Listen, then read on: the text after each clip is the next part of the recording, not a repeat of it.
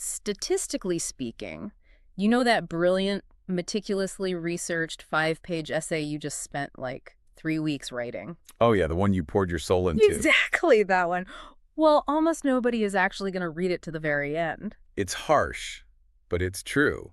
The scroll is just way too fast these days. Right. We pour massive amounts of energy into the written word, whether it's a folder packed with industry analysis or a blog you maintain or just a digital notebook full of ideas. Yeah, you get it all structured perfectly. But in today's rapid-fire digital landscape, a giant wall of text is practically a stop sign for the human attention span. Oh, absolutely. It's a huge barrier. But what if you didn't have to beg people to read it? I mean, what if you could seamlessly translate those words into the exact medium they are already hardwired to consume? And that right there is the pivotal pivot happening right now. You just stop asking them to read and you invite them to watch instead. Which is so much easier for them. Exactly.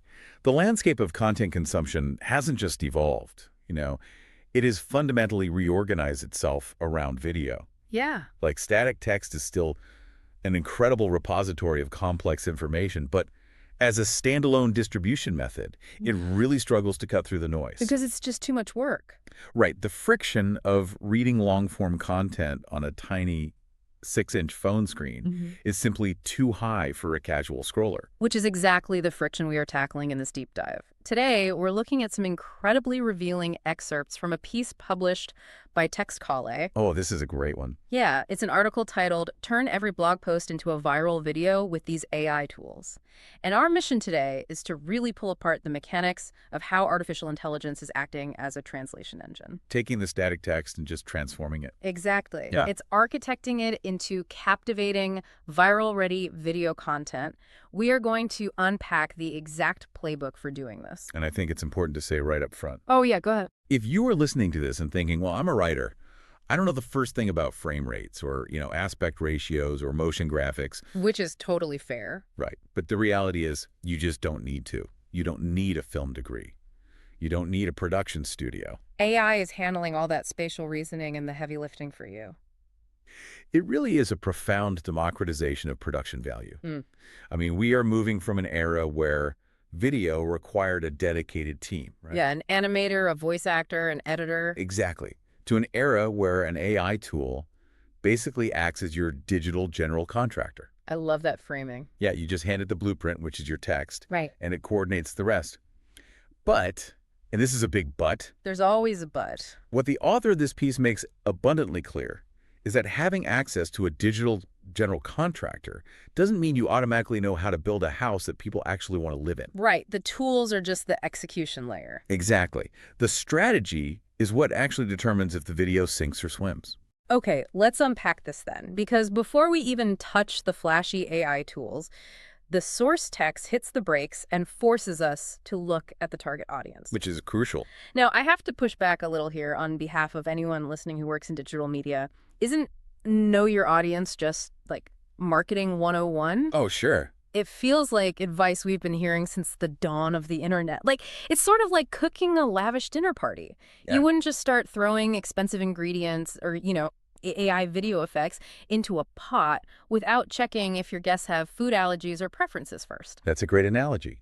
And yes, it is marketing 101, but the AI revolution completely changes the depth of that understanding. How so? Well, we aren't just talking about basic demographics anymore. Like, knowing your audience is between 25 and 34 and lives in a city. Right, the surface level stuff. Exactly. The text points to a much deeper layer, which is granular consumption habits. Because AI tools allow you to produce video in a dozen different formats simultaneously. So you really have to know precisely what visual language your audience values. Right. Do they want a highly produced 20-minute documentary-style breakdown? Or do they engage better with, like, a kinetic, fast-paced animated infographic? Or maybe just a conversational direct-to-camera explainer. Exactly. You have to figure out their specific appetite. I see. So because the bottleneck of production cost has basically been removed, the new bottleneck is creative direction. That is exactly it. If you can make literally anything instantly, you better know exactly what to make. Precisely. And the way you find that out is by analyzing engagement metrics and behavioral data like at a microscopic level. Which sounds intense. It is, but what's fascinating here is the emphasis on temporal shifts. This isn't just a one-and-done assessment. Because audience preferences are highly volatile, right? Oh, incredibly volatile. They shift based on macrocultural moments or sudden technological advancements or even seasonal behavioral changes. So what your audience was ravenous for in the summer might feel completely out of touch by the winter. Right. I mean, think about it. The aesthetic of a viral video from even 18 months ago looks totally archaic today. Oh, for sure. The pacing feels off. The captions look super clunky. Exactly. So you are essentially setting up a continuous feedback loop. And you do that to position yourself strategically over the long term. Not just for a quick win. Right. By continuously monitoring these performance indicators and adapting your visual output to meet changing tastes, you establish your brand as a responsive, innovative player in the marketplace. You aren't just chasing the algorithm. No, you are demonstrating to the audience that you understand their evolving needs. And that builds a very specific, really powerful kind of loyalty. Because they feel like the content is actually adapting to them in real time. Exactly. Okay, so assuming we have that incredibly detailed blueprint of what the audience actually wants to watch, how do we bridge the gap? The fun part. Yeah. How do we take a 2,000-word essay on, I don't know, supply chain economics and actually turn it into a video? Let's get into the arsenal of these AI tools. So the translation process relies on a few core functionalities. You've got automated editing, natural language processing for script extraction, and AI-driven visual generation. Okay, that's a lot of tech jargon. It is, but basically when you feed your text into these platforms, the AI isn't just reading the words, it is parsing the actual structure of your argument. Oh, wow. Yeah, it identifies the core thesis, extracts the supporting data points, and begins mapping those to a visual timeline. Wait, hold on. Explain that mechanism a bit more. How does a software program actually know what the core thesis of a blog post is? Well, it uses natural language processing to evaluate the semantic weight of your sentences. Semantic weights. Yeah, it looks for transitional phrases, statistical assertions, conclusive statements, things that signal importance. Okay, I'm following. Then it attempts to pair that synthesized script with appropriate visuals. So say your text mentions a sudden drop in global shipping efficiency. Right. The AI searches its licensed databases or generates an animation. Like a predictive motion graphic. Exactly. Showing a downward trend line over a map of global trade routes. And it also synthesizes a voiceover using advanced text-to-speech models. Models that actually understand pacing and inflection. Right, based on the sentiment of the text. That is just wild. It's literal algorithmic translation. It really is. It takes a dense, intimidating paragraph and automatically turns it into a visual metaphor that the human brain can process in like 2 seconds. Effortlessly. But here's where it gets really interesting and honestly a bit intimidating. If a creator picks a basic AI tool today, what happens when they go viral tomorrow? Ah, the scalability problem. Right. If everyone listening to this goes out and uses the exact same entry-level AI tools to convert their blogs, doesn't the internet just become a sea of robotic, identical cookie-cutter content? That is the defining challenge right there. And the text explicitly addresses this risk of sacrificing quality and performance for simplicity. Because you don't want to lose your human soul in the machine. Exactly. This is where the concept of scalability and tool selection becomes so vital. If you choose a basic generator, yes, you will get a generic video that looks like everyone else's. So what's the alternative? The author stresses that you must select tools that offer deep customization and robust, scalable infrastructure. You need platforms that actually allow you to intervene. Like to tweak the pacing or change the visual style? Yes, or even upload your own branded assets to train the model. So it's the difference between using a generic template and actually acting as a director for the AI. Precisely. You want a system that can handle increased demands as your audience grows, backed by robust support and regular updates.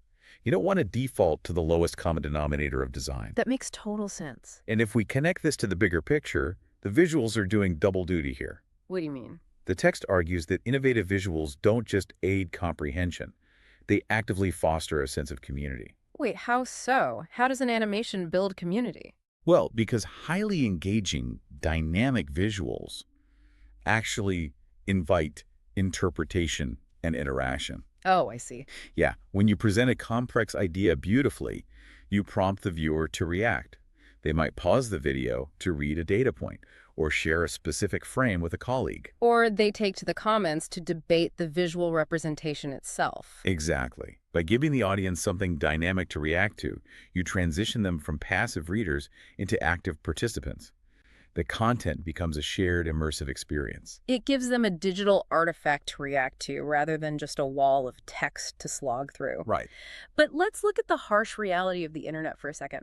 We could build the most visually stunning, highly customized, perfectly scaled AI video in the world. An absolute masterpiece. Right, a masterpiece of algorithmic translation.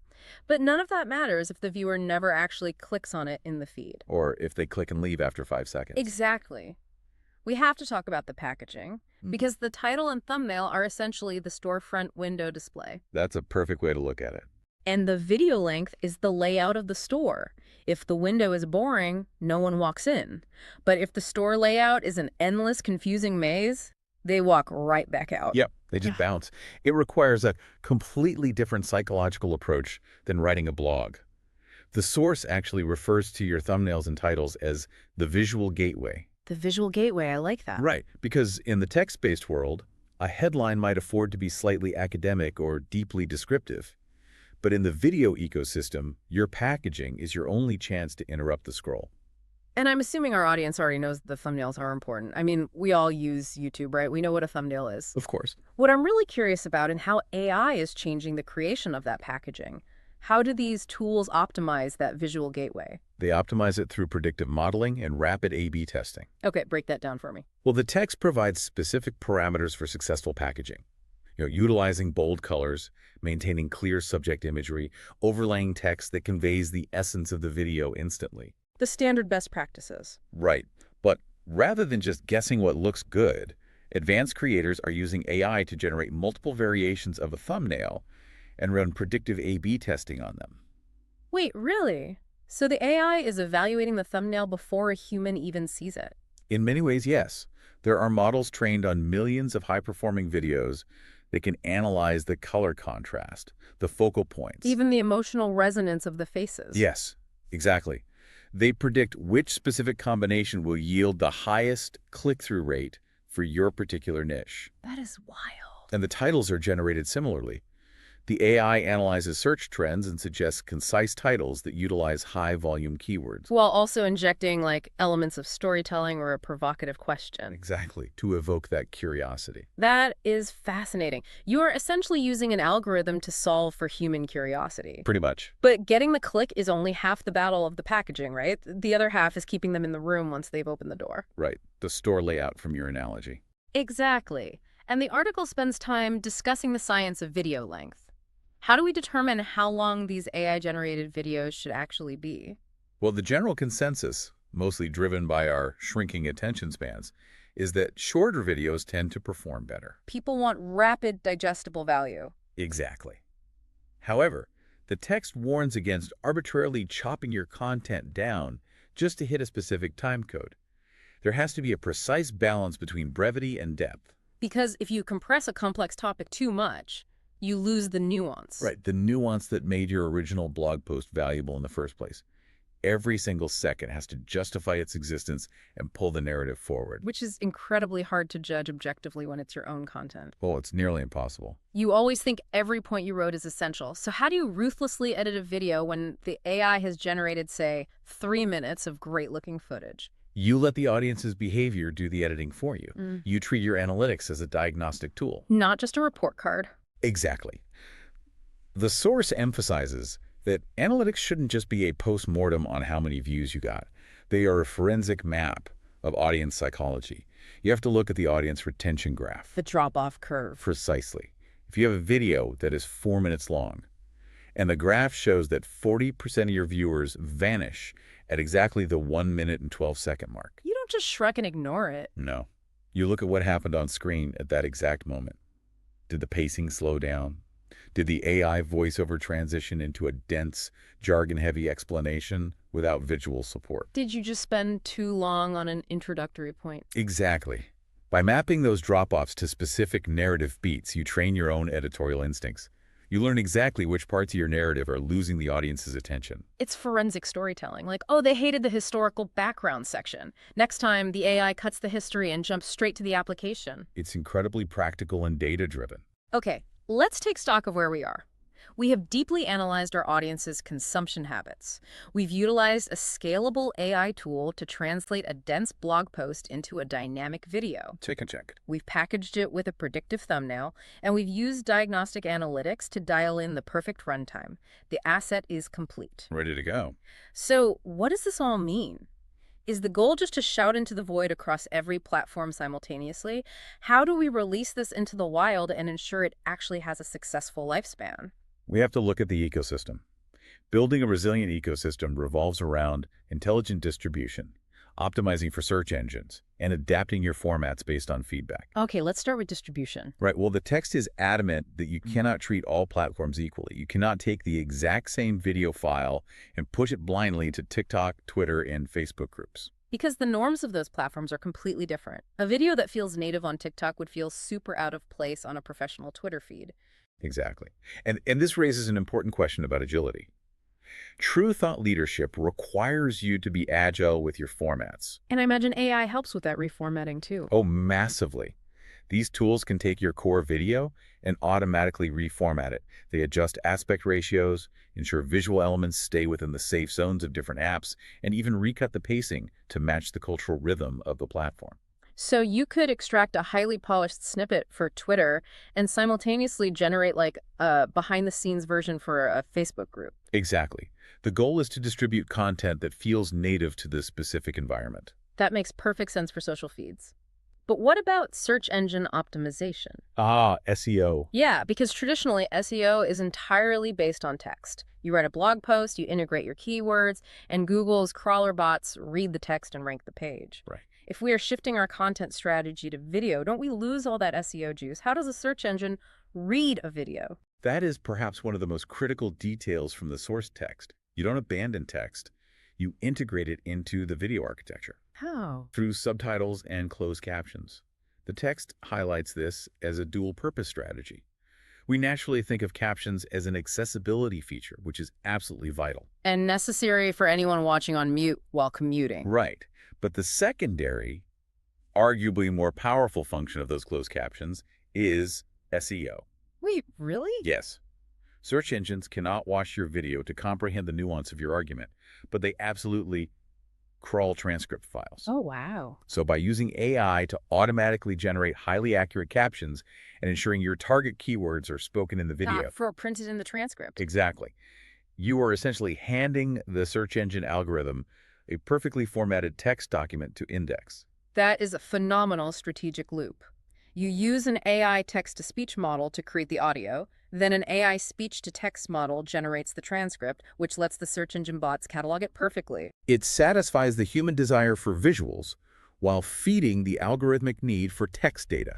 And the source also mentions embedding these videos back into your original blog posts, right? Yes, embedding creates backlinks and increases the time on page metric for your blog, which tells search engines the page is valuable. It's a closed ecosystem of authority. But to keep it thriving, you have to maintain a relentless feedback loop, treating engagement as an ongoing dialogue, not just a one-time assessment. You mean experimenting with formats based on the comments? Exactly.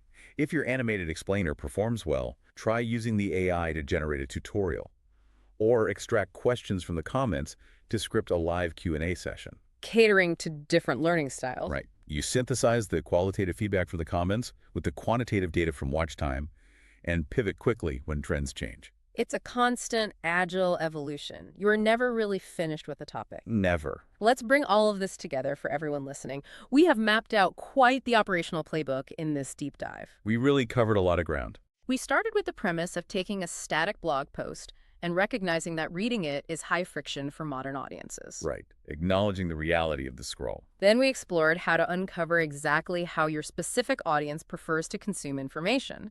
We broke down the mechanics of AI acting as a digital general contractor. Using NLP to scale those community-building visual narratives. Yes. We looked at the science of the visual gateway, optimizing the packaging, and using drop-off graphs as forensic editing tools. And finally, we examined the ecosystem. native platform distribution, SEO transcripts, and the agility to evolve. It is a highly integrated methodology, and the fundamental takeaway here is that artificial intelligence is merely the translation engine. The technology facilitates the scale. Exactly. But your strategic understanding of human psychology and pacing and visual storytelling, that is what actually drives the impact. The next time you are looking at your own notes or a favorite article, I highly encourage you to view it through this new lens. Don't just see paragraphs, imagine the timeline. Think about what the visual metaphor could be. Consider what the provocative thumbnail question might ask. The tools exist right now to actually bring that vision to life. It completely reframes how you perceive the potential of your own writing. It absolutely does. But before we sign off, there is a fascinating, almost existential paradox buried in the logic of what we just discussed. Oh, I think I know where you're going with this. I want you to think about the precise mechanics the source text just outlined for us. We write a blog post. We feed it into an AI tool. Right. The AI analyzes the text, generates the visual layout, synthesizes a digital voiceover, and cuts the video. Then the platform uses another AI model to automatically generate the transcripts. Yep, SEO text. Finally, we upload it to a platform where a search engine, which is operated by incredibly complex AI crawling bots, reads that AI-generated transcript to decide where to rank the video in an algorithm curated by more AI. The closed-loop ecosystem. Text to visual, visual back to text, all facilitated by machine learning. Exactly. If AI is generating the video, writing the text, and then other AI algorithms are watching and crawling that text to rank it. Are we just approaching a reality where AI is primarily creating content to be consumed and ranked by other AI? Yes. What is the human creator's role when the machines are both the automated broadcasters and the primary initial audience? Are we slowly being engineered out of the loop entirely? It is a chilling yet incredibly relevant question. At what point does the human viewer become secondary to the process? Are we creating value for people, or are we just generating data for the machines? It's the ultimate digital mind bender, and it is definitely something for you to chew on the next time you open up that folder of meticulously researched notes and decide to hit generate. Something to keep you up at night. Absolutely. Until next time, keep diving deep.